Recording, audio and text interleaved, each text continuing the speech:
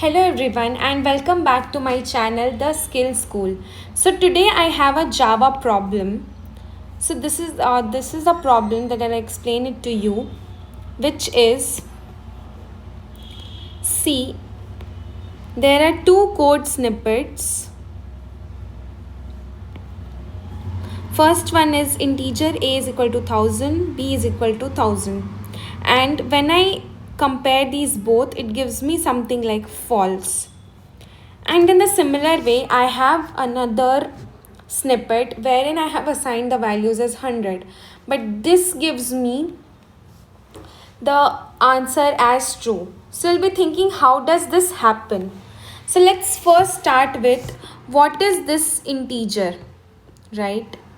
So this is nothing but a wrapper class. So you'll be thinking, what is a wrapper class?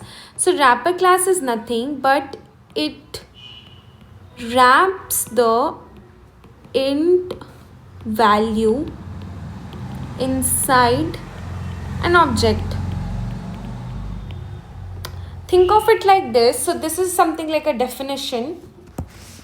Think of it like this, that a plain box has a number, suppose 5, and it is a number inside another box saying that I am an object, correct?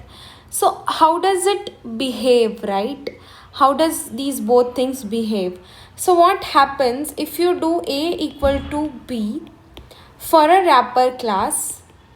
It is asking for you that are these the same object? These both are separate objects, different memory box.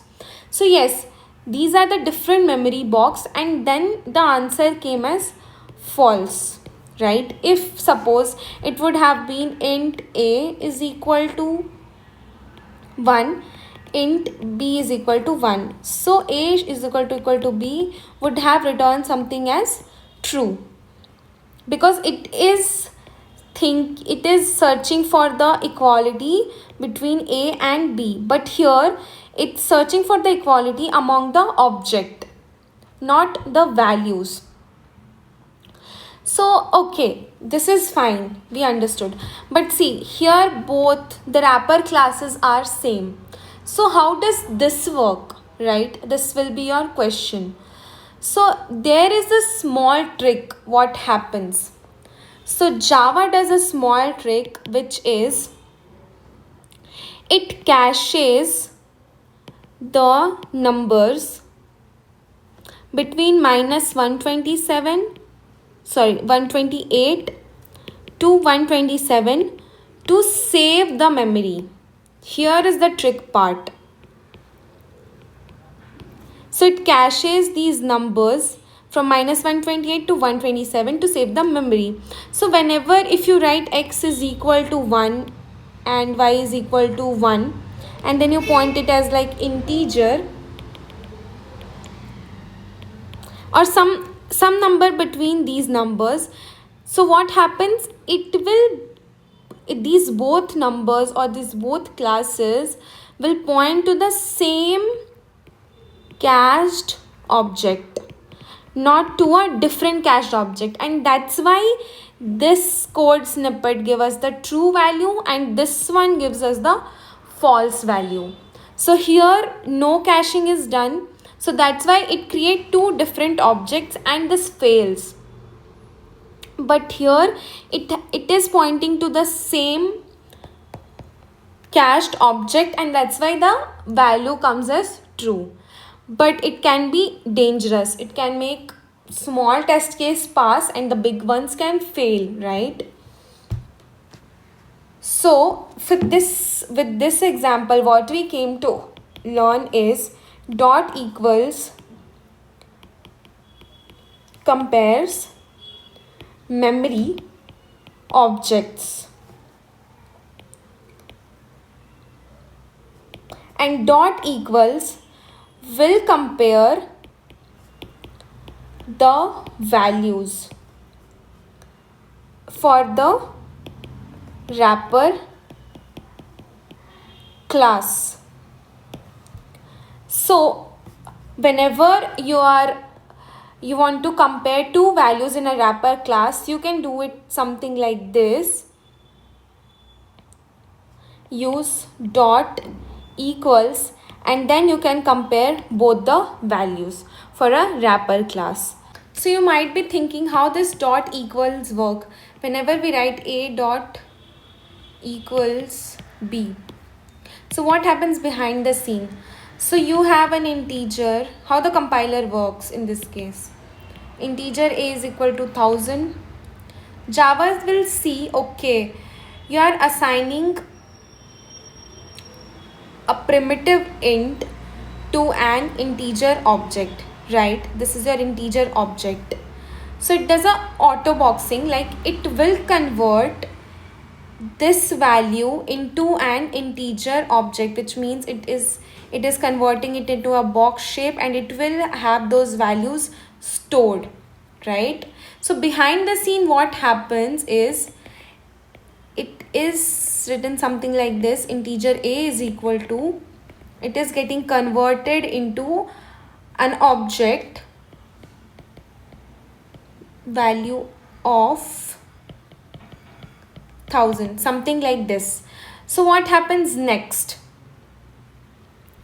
If the number is between -128 to 127, you can store it in the cache, okay?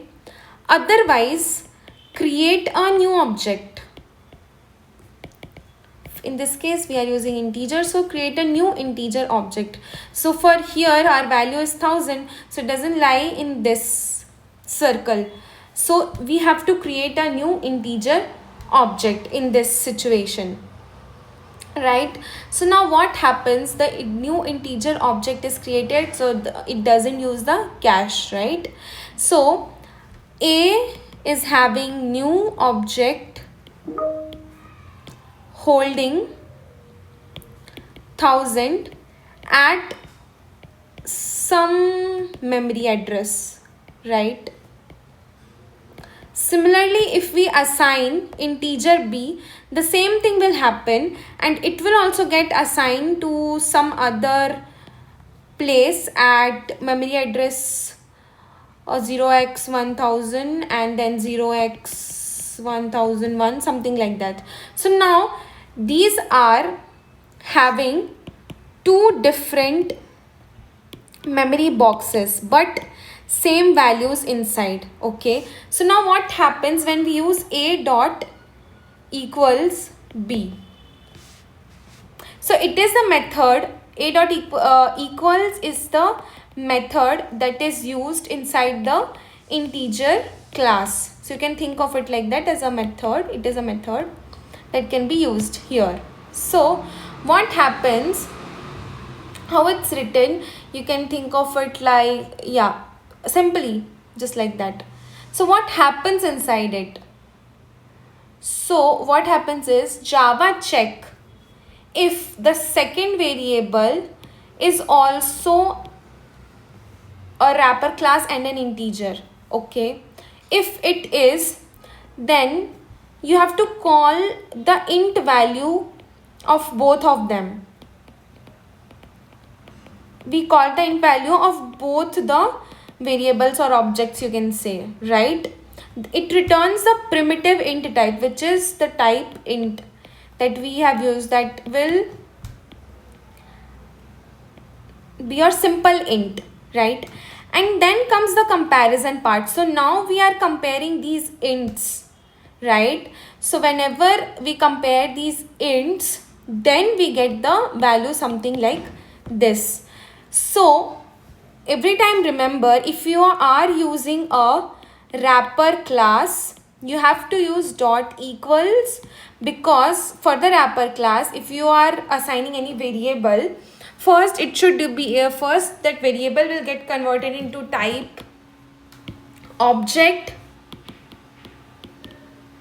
and then the value will get converted into the primitive data type, and then you will be able to do the comparison.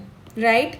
And if the values lies between 128 to 127, then it will get cached inside the memory, and then you will be able to see that the values are equal even if you do equals, right?